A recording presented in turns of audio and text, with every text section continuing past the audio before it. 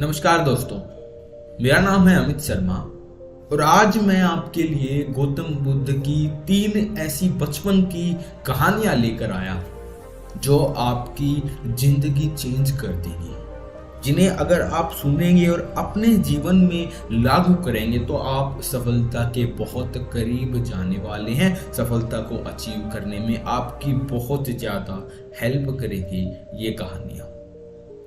कोई भी शिकायत हो कमेंट सेक्शन में बता दीजिएगा। इससे पहले कि आप कहानियों में डूब जाएं, इस चैनल को जरूर सब्सक्राइब कर लीजिएगा, क्योंकि गौतम बुद्ध से रिलेटेड स्टोरीज, कहानियां, ये चीजें यहाँ पर हर रोज मैं डालता हूँ। तो गौतम बुद्ध के बचपन की कहानी 1। दोस्तों, एक दिन सिद्धार्थ, गौतम बुद्ध का बचपन का नाम सिद्धार्थ है, उनका नाम ही सिद्धार्थ है।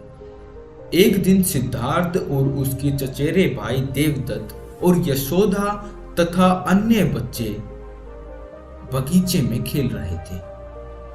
खेलते खेलते अचानक देवदत्त सिद्धार्थ पर छल से जीतने का आरोप लगाता है और यह बात रानी प्रजापति तक पहुंचती है।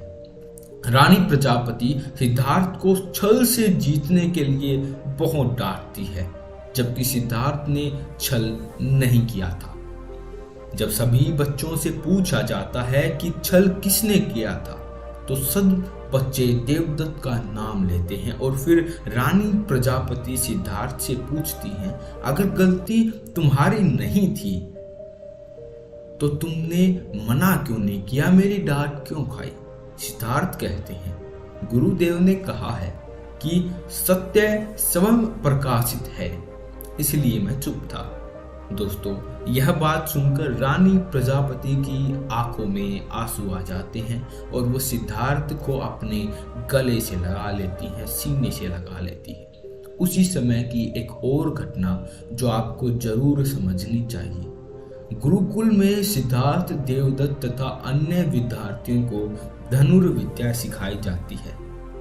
देवदत्त की धनुर्विद्या सीखने में बहुत रुचि होती है। देवदत्त धनुर्विद्या आखेट और युद्ध के लिए सीखता है, परंतु सिद्धार्थ धनुर्विद्या अपने पिता की इच्छा पूरी करने के लिए सीखते हैं। एक दिन सिद्धार्थ और यशोधरा महल के पास ही बगीचे में खेल रही होती हैं। अचानक उनके पास एक घायल पक्षी आकर गिरता है। उस पक्षी के शरीर में बाण लगा होता है और उसके शरीर से खून बह रहा होता है। सिद्धार्थ उस पक्षी को देखकर व्याकुल हो जाते हैं और उसके प्राण बचाने के लिए प्रयास में लग जाते हैं। इतने में ही वहां देवदत्त आ जाता है और सिद्धार्थ से कहता है, देखा सिद्धार्थ, मैंने उड़ते हुए पक्षी को मार गिराया, लाओ इसे मुझे दे दो। सिद्धार्थ देवदत्त को पक्षी देने से मना कर देते हैं। देवदत्त कहता है, सुना नहीं तुमने, यह मेरा आखेट है।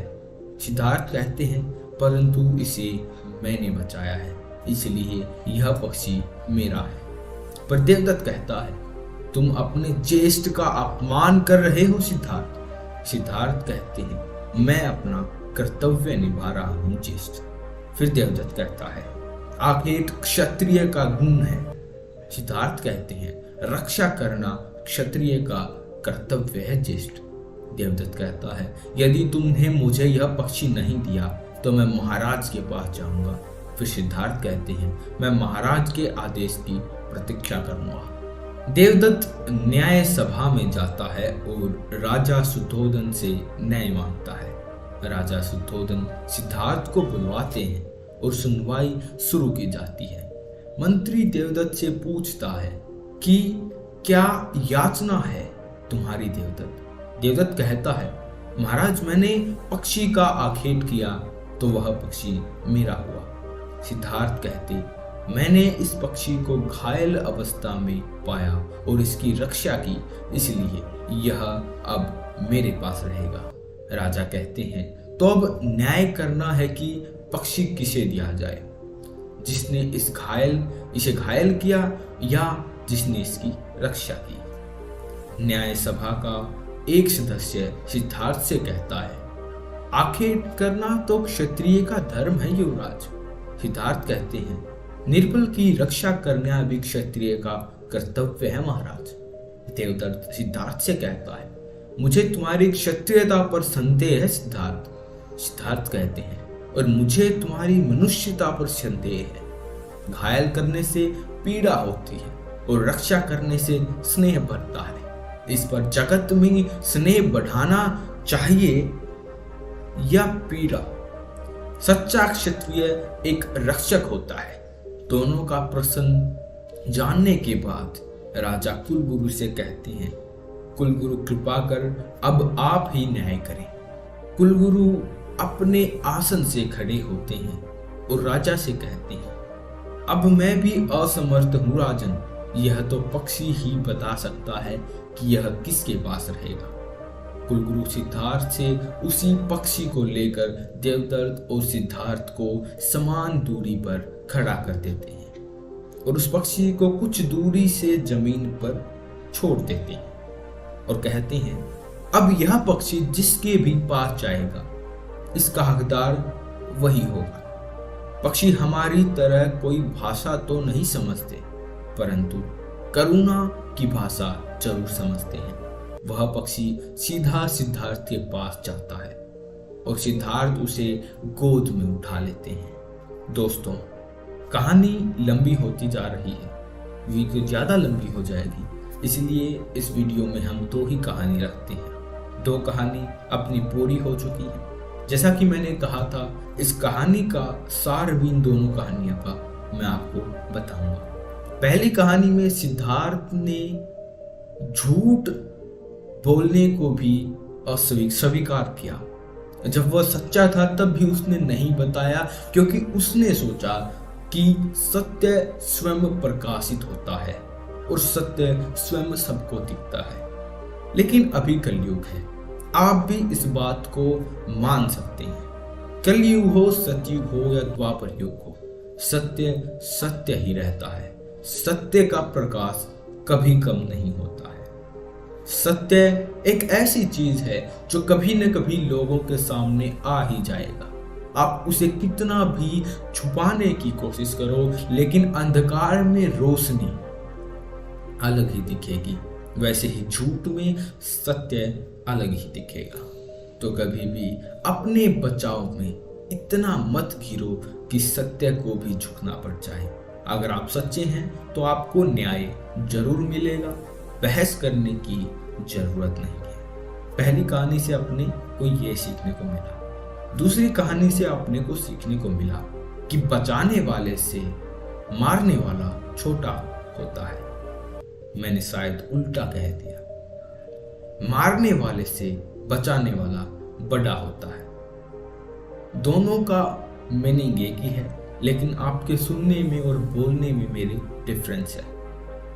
हमेशा जो आदमी हमें बचाता है वह मारने वाले से बड़ा होता है। दूसरी कहानी में आपने देखा कि कैसे सिद्धार्थ ने उस पक्षी की जान बचाई और वह पक्षी सिद्धार्थ की ओर भी आगे गया।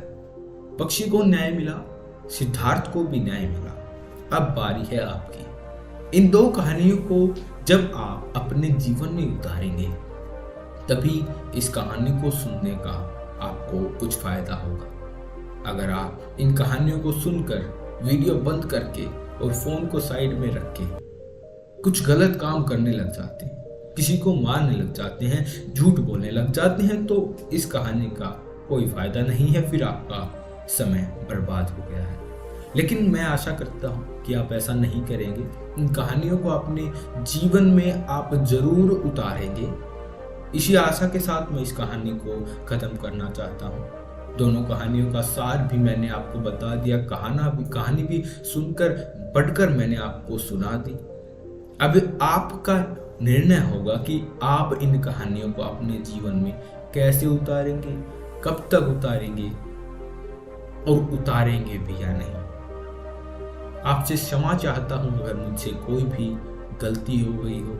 आप अपनी शिकायत कमेंट सेक्शन में लिख सकते हैं, या फिर आपको कहानी अच्छी लगी और आपको कहानी से क्या सीखने को मिला आप कमेंट सेक्शन में लिख सकते हैं। आपका बहुत बहुत धन्यवाद। मिलते हैं फिर किसी एक नई वीडियो में, तब तक के लिए बाय।